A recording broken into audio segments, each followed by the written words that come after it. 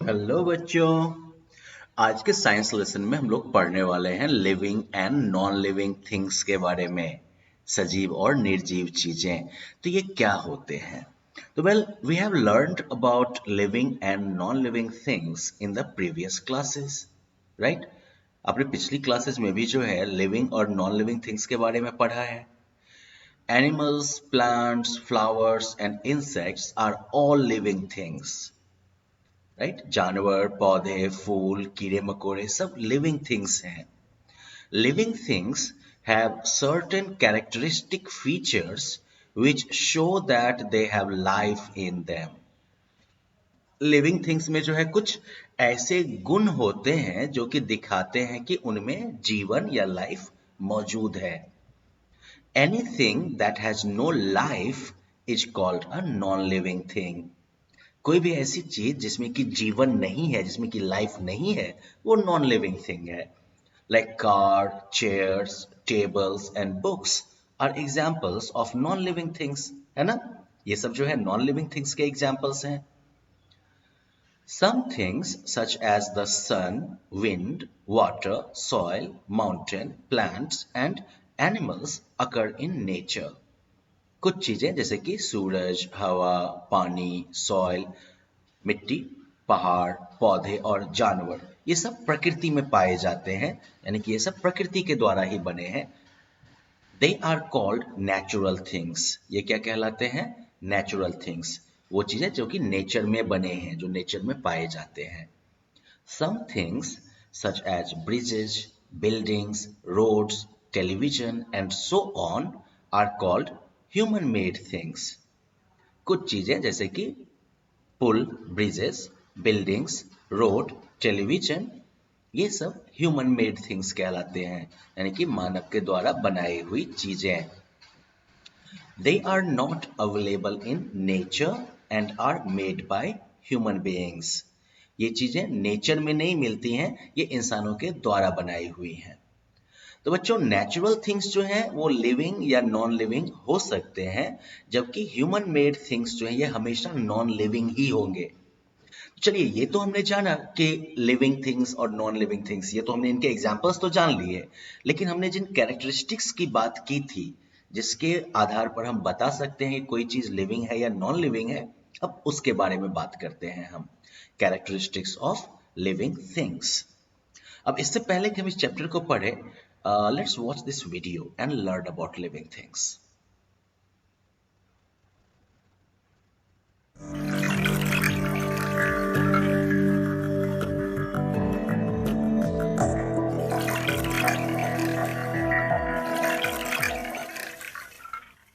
Characteristics of living beings. All living things are made up of cells and require food and water to live.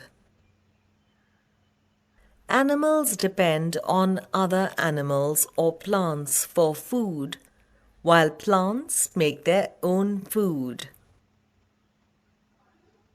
All living things breathe in air. The method of taking in air differs in different animals. All living things move. However, the movement of most plants may not be so obvious to our eyes. Do you know sunflower plant faces the sun as it rises and follows it across the sky as it sets? All living things live and grow in a place suitable for them to feel safe, find food, and reproduce. Can you spot a penguin in a desert? Well, no, because it cannot survive in heat. All living things grow. Animals grow up to a point, while plants grow throughout their lives. All living things reproduce.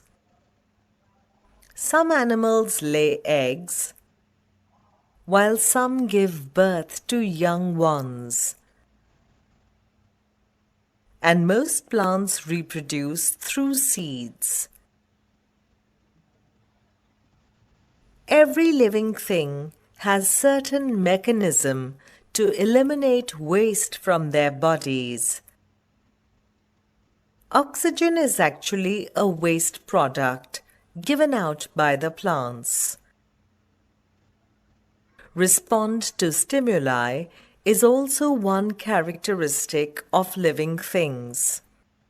Plants also respond to stimuli such as sunlight, touch, and water. All living things live for a period of time and then die. Now let's take a quick look at all the characteristics of living things we learnt.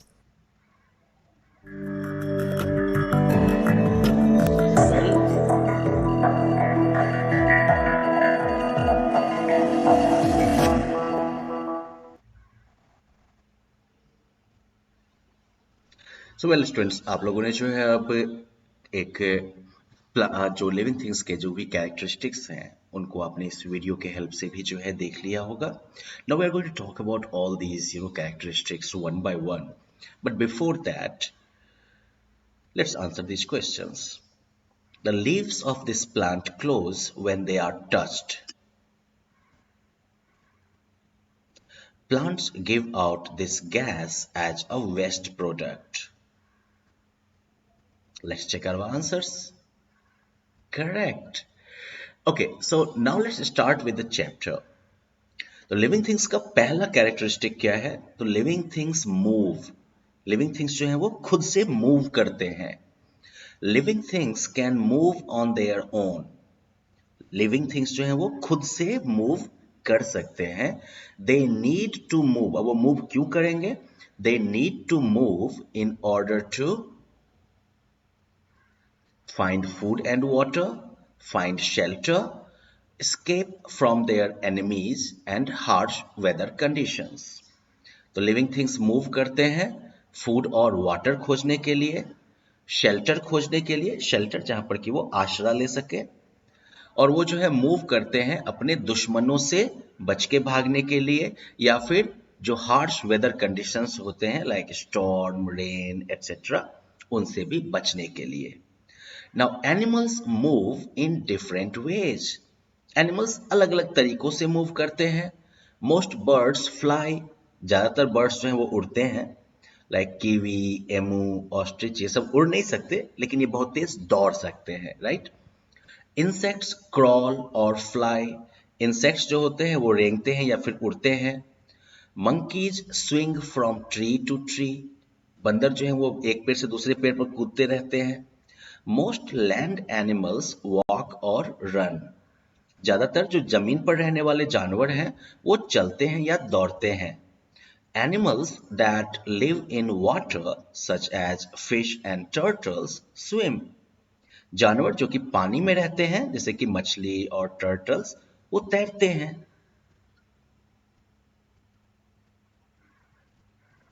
Right. So like different animals में हम different characteristics देखते हैं. Now plants do not move like animals. Plants जो है वो animal की तरह एक जगह से दूसरी जगह दौड़ के नहीं भागते हैं. Although parts of plants show movement, लेकिन प्लांट्स के जो कुछ हिस्से होते हैं वो मूवमेंट दिखाते हैं. For example, the sunflower moves in the direction of the sun. सूरजमुखी का जो फूल होता है वो सूरज की दिशा में घूमता है. The leaves of a touch-me-not plant will close when they are touched. Touch-me-not या जैसे छुई मुई का पौधा कहते हैं, तो उसकी पत्तियों को जैसे ही आप छुएंगे ना, वो जो है सिकुड़ जाते हैं, एकदम से बंद हो जाते हैं.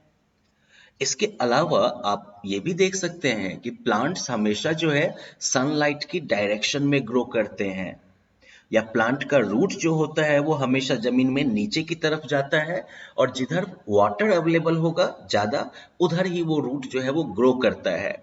तो इस तरीके से प्लांट के डिफरेंट पार्ट्स में हमें मूवमेंट देखने को मिलता है, और ये मूवमेंट अक्सर ग्रोथ के फॉर्म में होता है. Now non living things do not move on their own. Non living things वो खुद से नहीं मूव करते हैं। फॉर एग्जाम्पल, अगर आपको फुटबॉल को मूव करवाना है तो आपको उसको लात मारना पड़ेगा। आपको अपनी बाइक ही अगर चलानी है तो आपको उसको स्टार्ट करना होगा, एक्सेलरेट करना होगा, तब ना बाइक चलेगी। अगला जो कैरेक्टरिस्टिक है लिविंग थिंग्स का, this is that they need food. Living things need food. Living things को फूड की जरूरत होती है। They get energy from the food they eat to carry out all their life activities.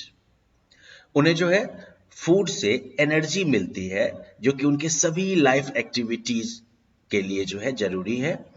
या फिर आप ये कह सकते हैं कि वो जो है फूड से एनर्जी प्राप्त करते हैं अपने सभी लाइफ एक्टिविटीज को कैरी आउट करने के लिए। चलना फिरना कूदना, राइट, जो भी काम है सबको पूरा करने के लिए क्या चाहिए? एनर्जी। और वो एनर्जी कहाँ से मिलता है लिविंग थिंग्स को? फूड से। Now, plants make their own food in the presence of sunlight, air and water. Plants जो है वो सूरज की रोशनी, हवा और पानी के हेल्प से जो है अपना खाना खुद बनाते हैं। Animals and human beings depend directly or indirectly on plants for their food. जानवर और इंसान जो है वो डायरेक्टली या इनडायरेक्टली प्लांट्स पर डिपेंड करते हैं अपने फूड के लिए। फॉर एग्जाम्पल, आप साग सब्जी फ्रूट्स जो भी खाते हैं वो किधर से आया? प्लांट से आया ना? नहीं, अगर आप मछली ही खाते हैं या फिर मटन वगैरह ही खाते हैं तो मछलियां भी तो प्लांट्स ही खाती हैं।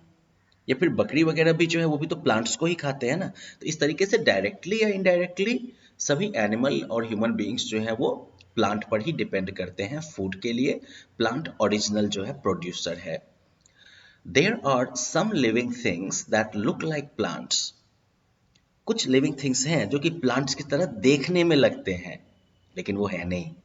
They absorb their food from dead and decaying matter. वो जो है अपना खाना जो है वो मरे हुए और सड़ते हुए जो है मैटर से, सड़ते गलते मैटर से अपना फूड जो है वो सोखते हैं या एब्जॉर्ब करते हैं। Moulds and mushrooms are examples of such living things. तो मोल्ड और मशरूम वगैरह जो हैं वो इस तरह के लिविंग थिंग्स के एग्जाम्पल हैं जो कि अपना खाना खुद नहीं बनाते हैं, डेड और डिकेइंग मैटर से जो है वो अपना फूड एब्जॉर्ब करते हैं। दूसरी तरफ नॉन लिविंग थिंग्स जो है they do not need food. Non living को फूड की जरूरत नहीं होती है। तो वेल आई होप यहाँ तक का डिस्कशन आपको समझ में आ गया होगा। Now you can just answer these questions and check your understanding. Okay, मिलते हैं अगले लेसन में। Bye bye.